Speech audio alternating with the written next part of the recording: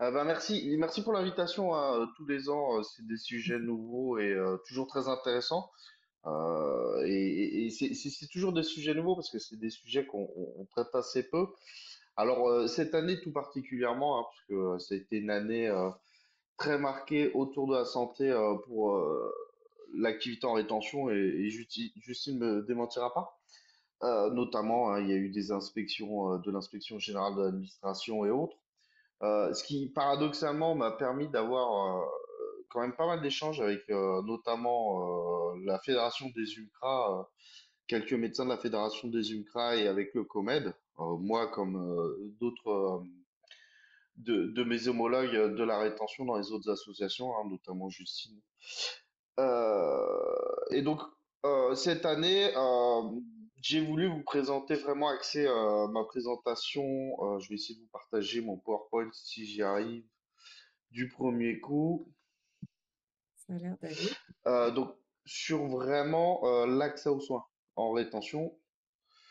Alors, on va essayer de lancer le Ouais, diaporama. exactement. Ouais, parfait. Je Super. sais pas si c'est bon, j'espère. Ouais, c'est bon. Ouais.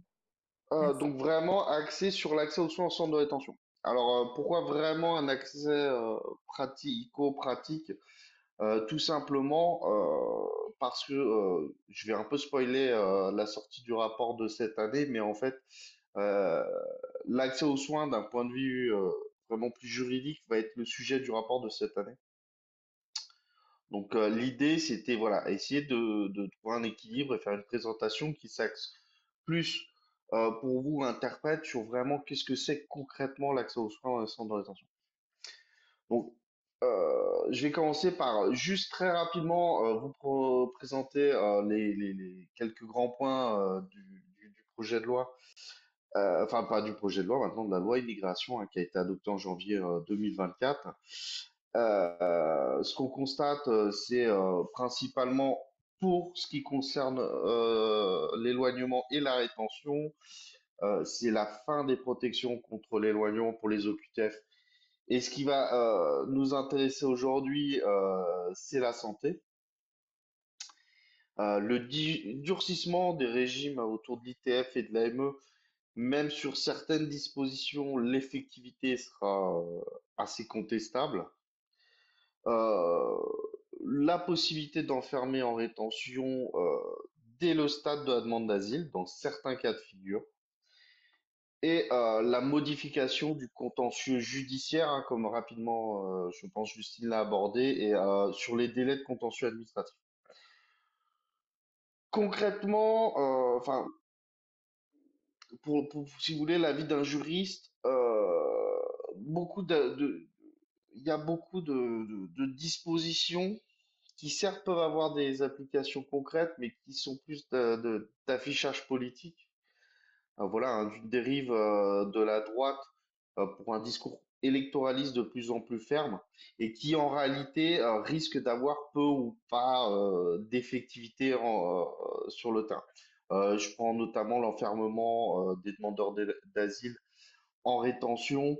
En réalité, il y a une telle pression sur les places en rétention administrative que l'application de ces dispositions sera en somme toute très marginale, sauf sur cette répression systématique, comme l'a évoqué Justine, de l'ordre public, hein, le sacro-saint ordre public qui est toujours évoqué de long en large et en travers, et notamment hein, qui vient nourrir ce cycle de l'enfermement pour les populations les plus précaires. Euh, Concrètement, je vais pas refaire toute la loi immigration, mais voilà les axes. Clairement, hein, on a un durcissement général de la loi avec des facilités. Tout est facilité pour l'administration. Enfin, en tout cas, tout est censé être pensé pour faciliter le travail de l'administration et limiter autant que possible le contrôle du juge.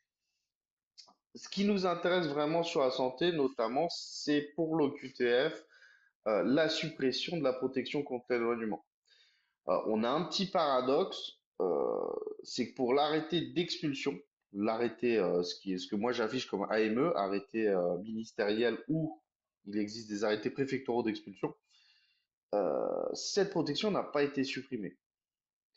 On a apporté, la loi a apporté de nouvelles dérogations Mais de mon analyse juridique, si vous voulez, les dérogations sont tellement dures, c'est-à-dire pour des faits tellement précis, notamment l'agression d'un élu de la République, que son application, en fait, on pouvait déjà déroger par le passé aux protections contre l'éloignement pour ces mêmes infractions.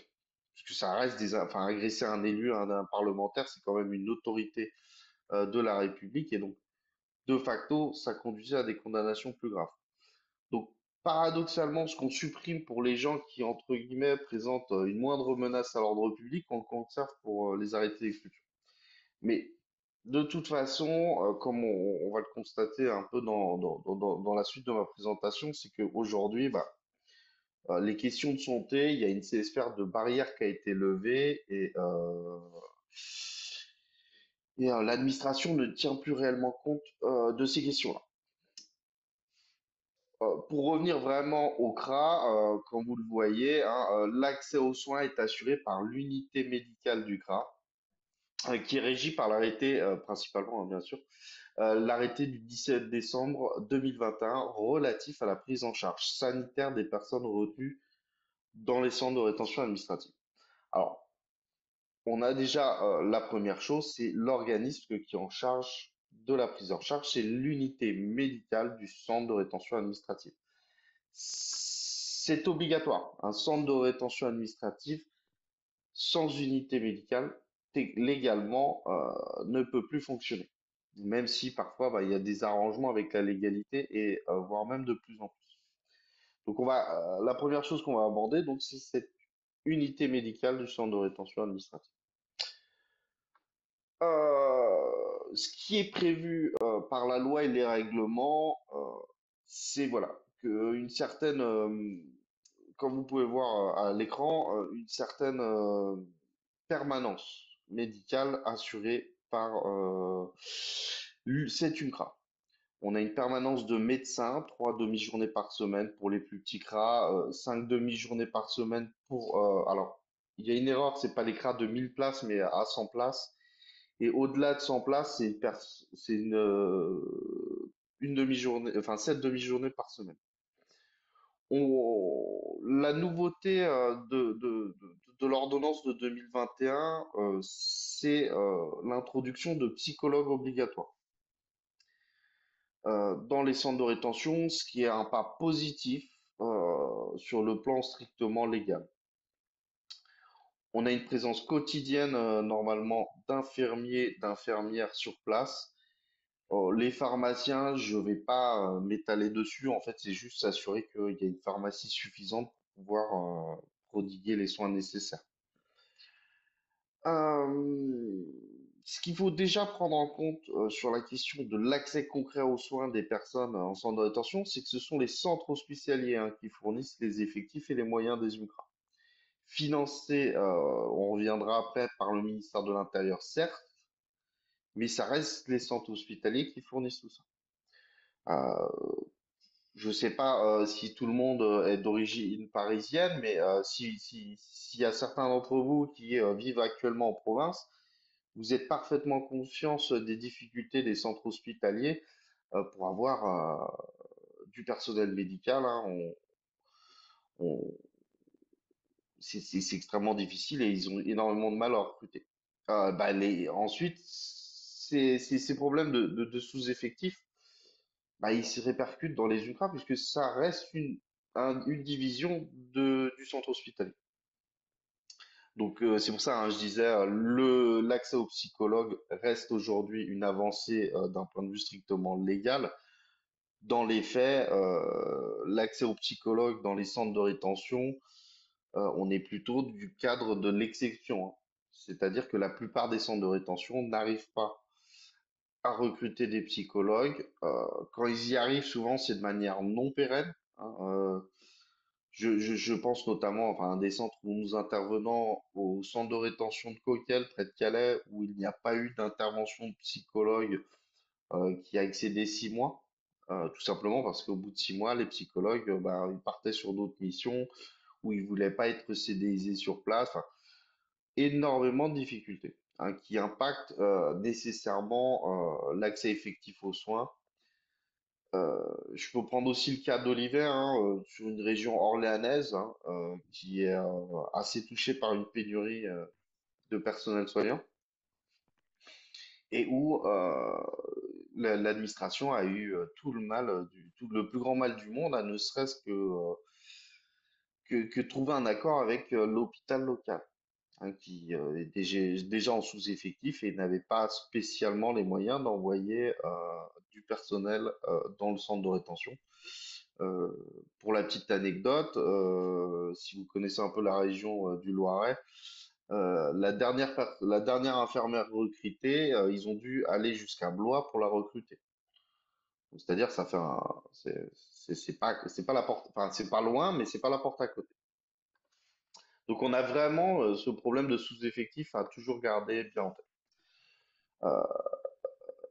Bon, juste, je décris un peu la photo parce que c'est une anecdote qui peut prêter à sourire. C'est que vous avez une photo du centre de rétention de Wassel qui est dans le pardon, dans le style des années 80 type Blocos, enfin plutôt années 70 d'ailleurs, type Blocos. Et à savoir que c'est l'ancienne infirmerie militaire, puisque l'école nationale de enfin, pardon, le centre de rétention de Ouassel se trouve au sein de l'école nationale de police de Ouassel, qui était avant la base d'un régiment du génie. Et donc, le CRA a été transformé en infirmerie militaire. Donc, en théorie, on pourrait se dire que c'est le lieu idéal pour la prise en charge des personnes malades en rétention. Je vous rassure, c'est absolument pas le cas. Euh, Pardon, je suis allé trop vite. Passons aux questions, plus concrètement aux questions financières. Il y a deux cas de figure. Le cas où la personne est assurée. Alors, vous me dites un étranger assuré, bah, c'est toujours possible, hein. On peut avoir des personnes qui ont à un moment été en situation régulière sur le territoire, ou parmi les assurés, on a les personnes qui bénéficient de l'aide médicale d'État. Donc, l'unité médicale du centre de rétention, il va facturer comme ferait un hôpital, c'est-à-dire que si la personne relève d'un de ces deux régimes, tous les actes médicaux vont être facturés à ces régimes spécifiques, en fonction, bien sûr, pour l'AME, de ce qui est autorisé, de ce qui ne l'est pas. Euh, je vais pas vous le cacher, notamment Médecins du Monde, dans un rapport récent, l'a pointé, c'est que le recours à l'AME est très faible. On sera à peu près à 50%, 49, je crois, de non-recours à l'aide médicale d'État. Euh, et par ailleurs, la plupart des personnes que l'on va rencontrer ne bénéficient pas ou ne bénéficient plus d'une protection assurance maladie bien souvent, puisque celle-là a expiré depuis généralement un certain temps avant qu'ils se retrouvent en centre de rétention administrative. Donc la majorité des personnes que l'on va rencontrer, nous, dans les CRA, ce sont des personnes non assurées. Alors, dans le cas de figure des personnes non assurées qui sont placées en rétention administrative, euh, il va falloir prendre en considération quel type de soins est exigé. C'est-à-dire que pour tout ce qui est bien évidemment soins, ce qu'on appelle les soins vitaux et urgents, il y a un dispositif qui est d'application nationale, c'est le DSUV, dispositif pour les soins urgents et vitaux. Tout ça, le DSUV va prendre en charge. Et enfin, très concrètement aussi, un touriste, quand on ne sait pas s'il est assuré ou pas, ben, c'est le DSUV qui va prendre en charge sa prise en charge médicale d'urgence, a priori jusqu'à ce que l'hôpital se rembourse auprès de son assurance. Euh, Ça, c'est vraiment pour les soins urgents et vitaux, hein, donc c'est les soins qui engageraient le pronostic vital de la personne auxquels on ne peut pas déroger. Ça reste une liste de soins assez limitée, sachant que bah, pour toutes les personnes non assurées, souvent, bah, elles sont éloignées de l'accès aux soins. On a des personnes ayant une forte précarité et donc qui souffrent bien évidemment du retard d'accès aux soins et du retard de recours aux soins. Très, très, très concrètement, qu'est-ce que ça veut dire? On va dire que pour les populations les plus précaires, on va avoir beaucoup de problèmes dentaires hein, qui peuvent faire énormément souffrir. Hein. Tous ceux qui ont une rage de dents pourront en témoigner ici. Donc, on a plein de petits soins entre guillemets dermatologiques, dentaires qui impactent très fortement le confort de vie, ce qu'on va appeler le confort de vie, même si c'est juste bah, vraiment pouvoir vivre agréable, enfin survivre agréablement, dirons-nous, dans ces conditions. Tous ces soins, bah, c'est le ministère de l'Intérieur qui est censé les prendre en charge pour les personnes non assurées. Et notamment, c'est là où je vais raccrocher avec l'interprétariat, parce que souvent, ça se fait via des dotations aux UMCRA, dotation qui, comme vous pouvez vous le douter, n'est pas illimitée. Hein, souvent, c'est conventionné. Alors, bien sûr, les ultras peuvent dépasser les budgets, mais bon, dans un contexte économique où tous les ministères essaient de réduire les voilures, c'est pas forcément simple d'aller négocier pour une rallonge. Et notamment pourquoi bah, je pointe l'interprétariat, parce que souvent, bah, ça va être un peu comme je l'évoquais l'année dernière, ça va être vraiment une des premières variables d'ajustement. Bah, forcément, hein, personnel médical, mais j'ai envie de dire personnel juridique également. La première chose qu'on va essayer de limiter si on est financièrement impacté, c'est les à côté de la mission. C'est-à-dire le premier principe, c'est assurer la mission, et ensuite, bah, on va dégrader un peu les conditions dans lesquelles cette mission s'assure. Et notamment, donc l'interprétariat va être souvent un des premiers budgets dans lequel donc on va qu'on va réduire pour économiser de l'argent. Et ensuite, euh, certains témoignages me l'ont rapporté, c'est que certains soins non vitaux, un type dentiste, dermatologie, ophtalmo ou autre, ont pu en fait faire l'objet d'arbitrage par les UNCRA, justement du fait de cette pression financière. Et j'ai envie de dire, souvent, les UNCRA qui font face à une proportion de personnes précaires beaucoup plus élevée ont ces problèmes budgétaires qui vont se poser énormément. Notamment, je pensais à certaines époques, le Krat Coquel, hein, qui connaissait une population issue de la jungle de Calais, avec une population complètement enfin, non intégrée au système français, avec un non-recours à tous les droits, quels qu'ils soient, quasi systématique. Euh, Intéressons-nous maintenant, pardon, vous voyez toujours mon écran? Ouais. Intéressons-nous maintenant à la prise en charge vraiment de manière plus pragmatique. Qu'est-ce que les difficultés du CRA, euh, comment les difficultés de travailler et de vivre dans un CRA impactent l'accès aux soins? Euh, je vais pas m'étendre énormément puisque c'est un sujet qui a déjà plus ou moins été évoqué, mais il y a déjà premièrement l'accès concret. Aller à l'ULCRA, savoir ce que c'est que l'ULCRA. Euh, Quand vous arrivez dans un centre de rétention, il y a la nécessaire compréhension du système de rétentionnaire, hein, comment est organisé un CRA, surtout que chaque CRA va avoir une organisation différente. Comment quels sont les acteurs qui y sont présents? Si la personne n'est jamais allée en CRA, bah, elle a aucune idée qu'il y a une infirmerie ou autre. Et en plus, pour eux, toute personne qui va rentrer dans ce CRA, enfin, toute personne qui, entre guillemets, travaille dans ce CRA, bah, plus ou moins, c'est un policier. Et vous pouvez même être sur ce que je vais appeler des biais culturels ou des interprétations culturelles, c'est-à-dire que pour certaines nationalités, quand vous êtes dans un lieu administratif, votre vie peut être en danger. Donc vous pouvez avoir le sentiment que c'est un lieu extrêmement dangereux. Ça ressemble à une prison, à un commissariat. Euh, je vais pas détailler les prisons de tous les pays, mais pour prendre un exemple très caricatural, si vous êtes face à une administration en Corée du Nord, même un médecin, ça peut être dangereux de trop se confier. Donc, il y a une méfiance. Alors, bien sûr, il y a des biais culturels, il y a des biais de connaissance et de compréhension du système qui vont s'appliquer ou qui vont rendre plus difficile ou simplifier la prise en charge.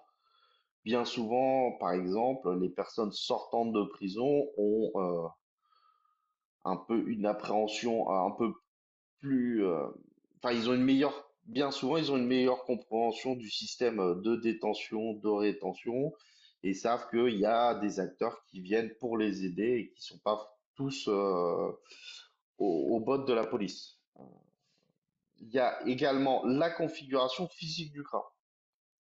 Euh, tous les CRA, alors là, vous avez le CRA de Vincennes en photo. Vous pouvez pas circuler n'importe comment dans les CRA. Certains petits CRA, en fait, l'infirmerie, c'est juste le bureau juste à côté du poste de police, alors que d'autres, il faut solliciter les forces de l'ordre pour pouvoir venir vous ouvrir la zone et vous escorter jusqu'au service médical.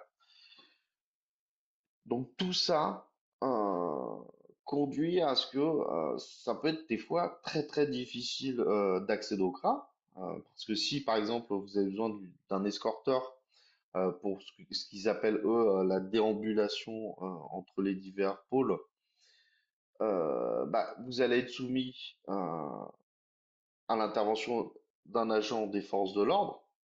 Et on est dans un contexte, hein, comme on le pointe tous les ans dans le rapport commun interasso, où l'administration n'a pas les moyens de ses ambitions, et donc il manquerait, selon les syndicats de police, près de 500 effectifs de police sur tous les CRA en France avant l'ouverture du dernier CRA qui se situe à côté d'Orléans, qui lui-même est en sous-effectif par rapport au nombre d'agents de police qu'il devrait accueillir. Donc tout ça, ça veut dire un retard dans la mission, c'est-à-dire très concrètement, hein, ce que disent beaucoup de retenus, c'est qu'une fois en rétention, on va le mot qu'ils vont apprendre en français, souvent c'est attends, 5 minutes.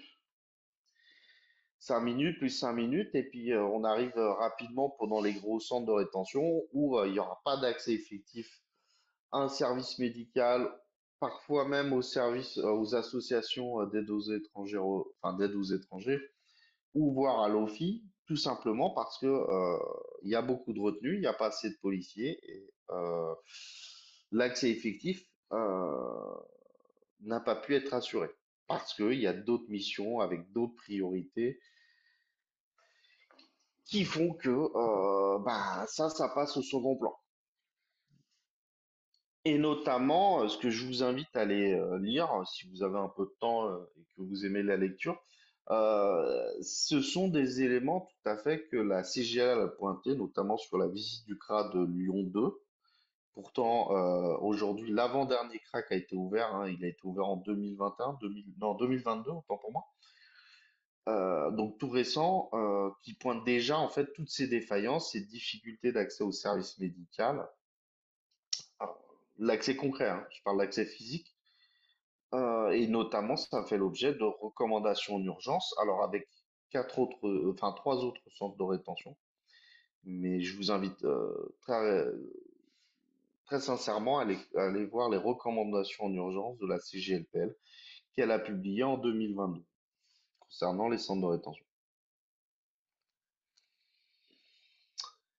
Euh, bon, on va dire que la personne a accédé au- à l'unité médicale rapidement, dirons-nous.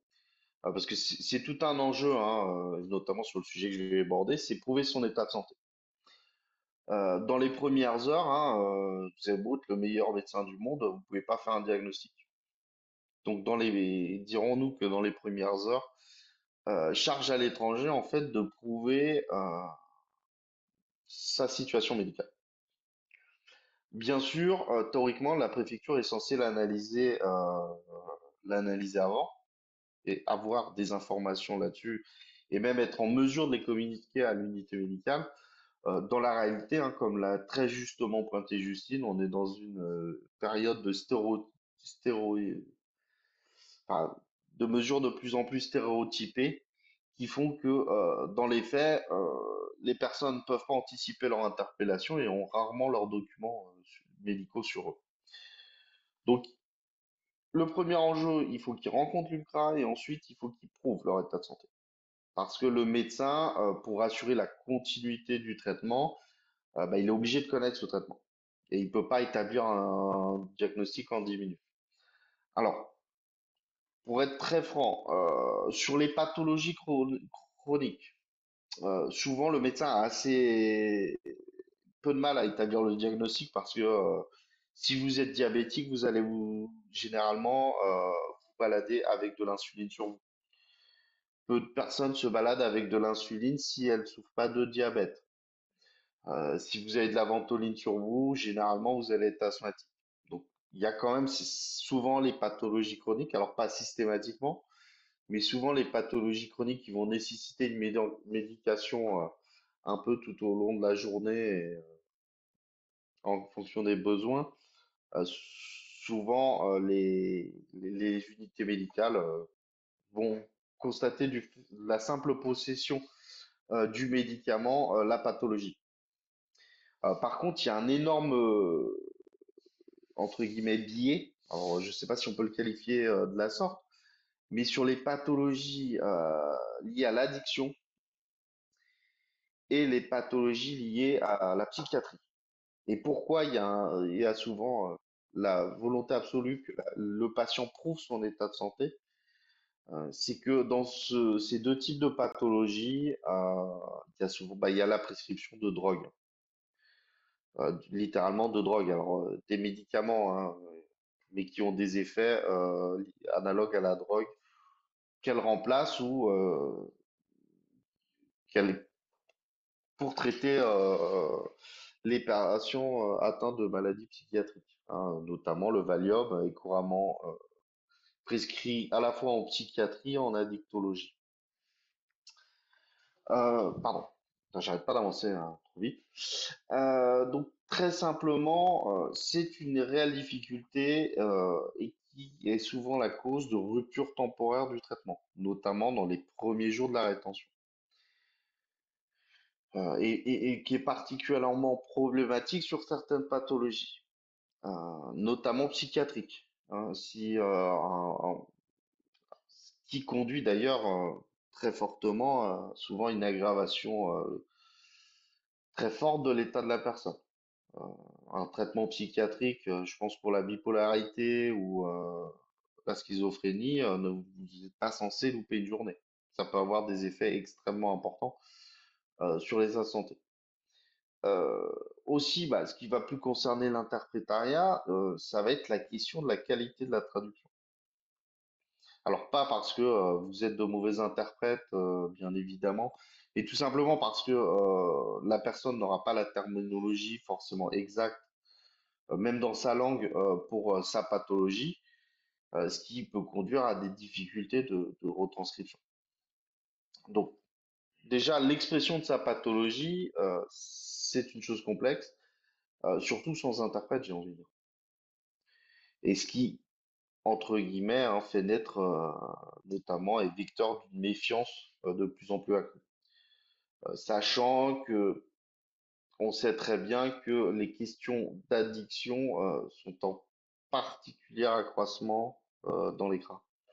On a des populations souffrant d'addiction de plus en plus, de manière de plus en plus importante.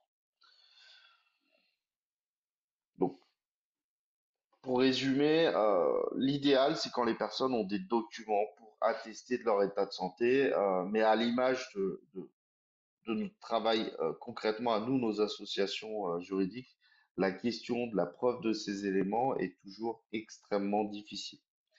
Et la difficulté est d'autant plus accrue que les personnes sont précaires, parce qu'elles n'ont pas de lien à l'extérieur, parce que accéder à un photocopieur, c'est compliqué et il faut demander un service. On va revenir un peu en arrière sur la question de la massification des éloignements et de leur caractère stéréotypé, de plus en plus. Ce qu'il faut savoir, là, vous avez un petit tableau en haut à gauche. Alors, j'ai pris un tableau du rapport 2022 que j'ai actualisé. C'est pour vous donner un peu une idée entre deux pays avec des populations analogues et des États à peu près au fonctionnement analogue, sur la proportion quand on vous parle de massification et d'automatisation des OQTF. Il faut savoir que la France a prononcé en 2022 135 645 OQTF, alors que l'Allemagne, qui est sous une pression migratoire, alors pas une crise, hein, parce que j'aime pas le terme de crise, j'aime pas non plus énormément le terme de pression migratoire, mais qui subit un flux migratoire beaucoup plus important que la France, notamment parce que ayant accueilli beaucoup de Syriens, elle va attirer aussi beaucoup de Syriens vers son territoire. Enfin, le reste des Syriens là, qui sont en train de partir de Turquie. Également, à prendre en compte la situation économique bien plus favorable, alors moins ces derniers mois, mais en Allemagne qu'en France, qui a attiré pour des raisons d'intégration et de travail beaucoup de personnes vers l'Allemagne et beaucoup de demandeurs d'asile et de réfugiés. Euh, et malgré cela, on prend quand même 90 000 OQTF de plus, quasiment, enfin, on prend 3 fois plus d'OQTF que l'Allemagne. Pour vous donner un ordre d'idée, ce 135 645, ça correspond à un tiers de l'ensemble des mesures d'obligation de quitter le territoire de l'ensemble de l'Union européenne. Et pour un taux, euh, si vous regardez que ce soit en valeur absolue, en pourcentage, pour un nombre de mesures exécutées absolument nul. C'est-à-dire qu'on est à 6%, hein, avec 8640 mesures exécutées en 2022. Rien que l'Allemagne, certes, elle en fait moins en valeur absolue, mais par rapport au nombre de dossiers qu'elle a traités, elle a un taux d'exécution quand même à 18%. Donc déjà, cette question du paradigme dans lequel on se situe à toujours vouloir prendre plus d'OQTF, hein, parce que si vous regardez bien, hors la période du Covid, donc l'année 2020, le nombre de QTF ne cesse d'augmenter depuis 2019, et en vrai, pour connaître les chiffres, depuis au moins 2012, le nombre de QTF ne cesse d'augmenter en France. Ça veut dire que les administrations ne traitent plus vraiment les situations individuelles, mais on traite des situations de masse. Et qu'est-ce qui va être impacté? La situation de la personne et notamment la prise en charge des questions médicales.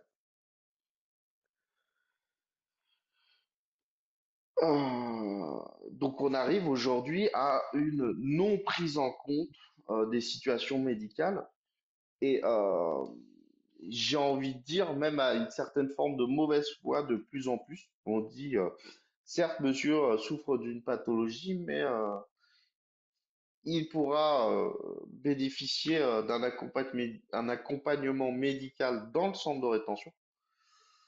Donc on a même une justification en disant que presque les préfectures placent en rétention pour que les personnes aient accès à l'UNRWA. Accès qui est plus effectif qu'une personne SDF. Alors, de manière pratico-pratique, c'est pas totalement faux, mais d'un point de vue juridique, c'est quand même assez contestable. Et d'autant plus que la rétention pose des difficultés pour l'accès à des rendez-vous médicaux, du simple fait que bah, tout est incertain. Donc la mise en place d'une procédure de traitement peut être immédiatement stoppée par une libération par le juge. Donc, donc cette argumentation est complètement illusoire. Mais voilà, on a de plus en plus une non prise en compte de l'état de santé hein, dans la rétention.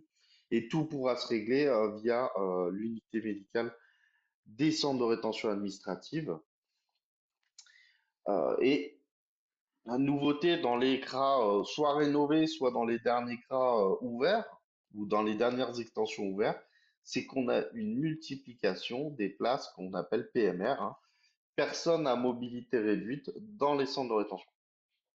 Je ne sais pas si, au titre de l'inclusivité, c'est une progression. Après, je ne sais pas si on peut appeler vraiment une progression de l'ouverture de places PMR en centre de rétention. Ne serait-ce que pour les conditions de vie hein, générales, hein, on va sortir de la simple adaptation du mobilier et de l'espace aux personnes à mobilité réduite et aux personnes vulnérables en général, mais de plus en plus dans les nouveaux CRA, les personnes sont enfermées à l'image de la détention 23 heures sur 24 dans leur chambre. Sachant qu'à l'instar de la détention, eux ne bénéficient pas de consignage. Donc, euh, on est beaucoup dans une prise en charge vraiment pratico-pratique, c'est-à-dire que si la personne bah, elle a un fauteuil roulant, il faut avoir des toilettes PMR, des douches PMR. Mais par contre, en fait, la prise en compte des vulnérabilités dans les CRA qui, à ce niveau-là, est déjà assez contestable, ne se fait qu'à ce niveau-là. C'est-à-dire pour des conditions pratiques, comment on enferme des personnes vulnérables en CRA. Et pas, elle est malade, donc on va pas l'enfermer. Vraiment, on est dans une logique du tout enfermement.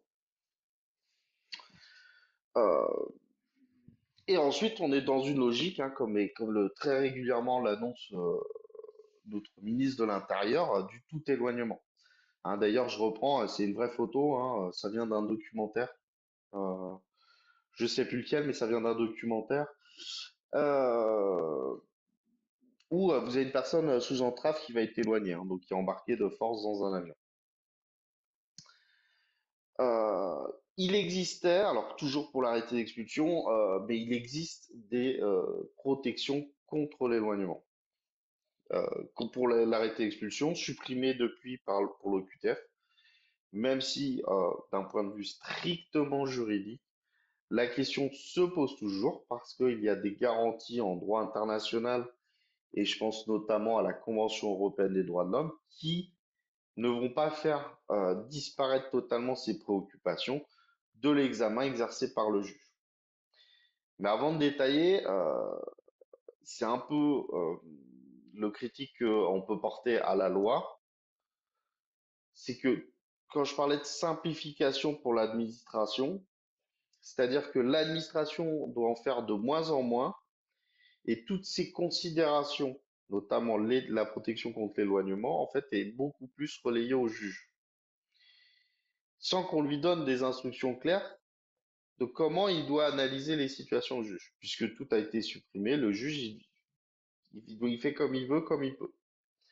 Donc on a vraiment une politique de déresponsabilisation de l'administration. Aujourd'hui, il nous est plus possible d'avoir un avis médical, de l'OFII concernant l'état de santé relatif à l'éloignement, dès lors que ce n'est pas prévu par la loi. Euh, D'ailleurs, chose que l'ARS par le passé faisait. C'est-à-dire que dès qu'elle a été saisie pour avis, même si elle était l'ARS, donc pardon, l'Agence régionale de santé, qui dépend, elle, non pas du ministère de l'Intérieur, mais du ministère de la Santé, ne se préoccupait pas des questions d'éloignement avant d'examiner la situation d'une personne. Alors qu'aujourd'hui, depuis la réforme de 2018, l'examen est passé à l'OFII, l'Office français de l'immigration et de l'intégration, qui elle est sous tutelle du ministère de l'Intérieur. Là, avant même d'analyser la situation médicale, ils vont analyser la situation juridique. C'est-à-dire, on a des réponses claires qui nous disent juridiquement, cette personne ne bénéficie d'aucune protection, je n'examinerai pas sa situation médicale. Pour la petite anecdote, il me semble que c'était au CRA de Plaisir où on a une personne en stade terminal. Et typiquement, cancer stade terminal, alors malheureusement, le stade terminal veut dire ce qu'il veut dire, c'est-à-dire que médicalement, bah, il n'y a plus rien à faire. Euh, où on a une autorité qui place tout de même une personne enfin, qui va mourir dans les temps à venir,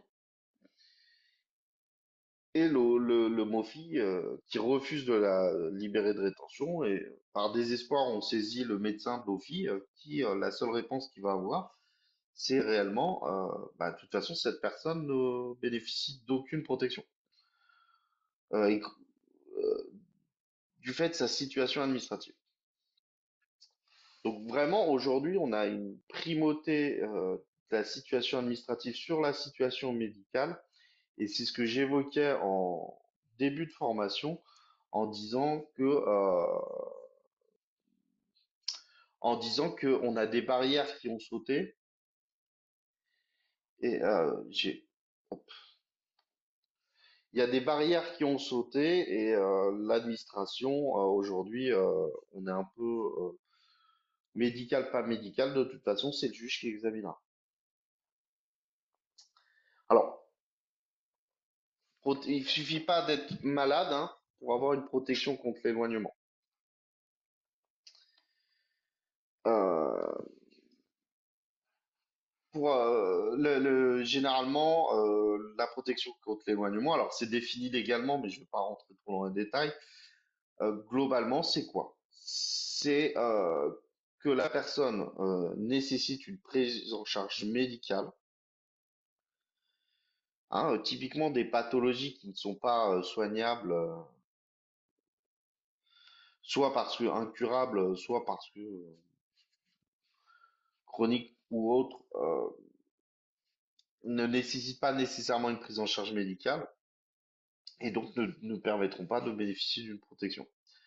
Donc il faut vraiment la nécessité d'une prise en charge médicale, hein, qui va recouvrir de nombreux aspects, hein, soit la prise d'un traitement régulier, soit une intervention chirurgicale et autres. Mais cette prise en charge médicale, euh, elle va souffrir de nombreuses conditions. La première, c'est que son défaut de prise en charge entraîne des conséquences d'une exceptionnelle gravité sur l'état de santé de la personne. C'est-à-dire que ses conditions de vie vont se dégrader très fortement sans cette prise en charge médicale, ou concrètement, elle risque de décéder. Et deuxième critère cumulatif, l'accès effectif à des soins adaptés dans le pays d'origine. Cette dernière question est assez épineuse, parce que jusqu'aujourd'hui, on est sur la question de l'accès à des soins effectifs, repose très fortement, pas seulement sur la disponibilité du traitement, euh, mais également est-ce que la personne pourrait effectivement y avoir accès. Toutefois, on constate depuis plusieurs années un glissement, et notamment sur le contentieux, une volonté affichée de l'administration de baser ce soin effectif à un soin disponible. Enfin, pour une nouvelle anecdote, on était, ce qui concernait le Sri Lanka, euh, on était en contentieux avec l'administration, et l'administration nous fournit des éléments issus de l'ambassade concernant l'accès à un traitement psychiatrique. Et il s'avère que le traitement psychiatrique est disponible dans un hôpital du pays. Un seul hôpital du pays, qui, euh, dont la gratuité n'était pas sûre et certaine. Euh, donc, toute l'argumentation de l'administration, mais qui développe quasiment systématiquement aujourd'hui, hein, et dont la question s'est posée dans les débats, pour remettre en cause notamment les protections contre l'éloignement, et également les titres de séjour pour l'accès aux soins, et également tout simplement l'aide médicale d'État. Euh, Donc cette disponibilité du traitement, c'est une question qui se pose systématiquement. Alors pour aujourd'hui, pour l'instant, en termes de protection contre l'éloignement, pour l'instant, n'est pas censé se poser. Mais notamment du fait du manque de transparence entre guillemets de l'office sur les conditions d'examen de cet accès effectif, hein, on s'interroge vraiment si cette donnée n'est déjà pas prise en compte par le médecin de l'office. Et enfin, mais un peu de façon subsidiaire, la question de savoir si la personne peut voyager. Si, mais moins pour protéger la personne, pour savoir si, pardon, si la personne peut être éloignée par avion, en général. Et attention, hein, cet avis médical ne contraint pas l'administration. Donc, on est typiquement, encore une fois, dans l'exemple où l'administratif prend le dessus sur le médical, c'est-à-dire que pour décider si l'administration va donner suite à cet avis ou pas, de plus en plus, l'administration va examiner hein, la sacro-sainte menace à l'ordre public, quelle que soit sa réalité, pour décider si elle va suivre la destination. Pardon, l'avis. On a eu l'année dernière l'exemple de personnes dont le médecin de l'OFI avait considéré qu'elle n'était pas compatible juste avec le transport aérien. Ça n'a pas empêché l'administration euh, pour des questions supposées de menace à l'ordre public, de procéder à l'éloignement, ou encore de procéder à l'éloignement de personnes qui auraient dû bénéficier d'une prise en charge médicale en France, dont les défauts auraient eu une exceptionnelle gravité et qui ne pouvaient pas avoir accès à des soins adaptés dans son pays d'origine. Mais peu importe, la situation administrative primera toujours sur la situation médicale de l'étranger.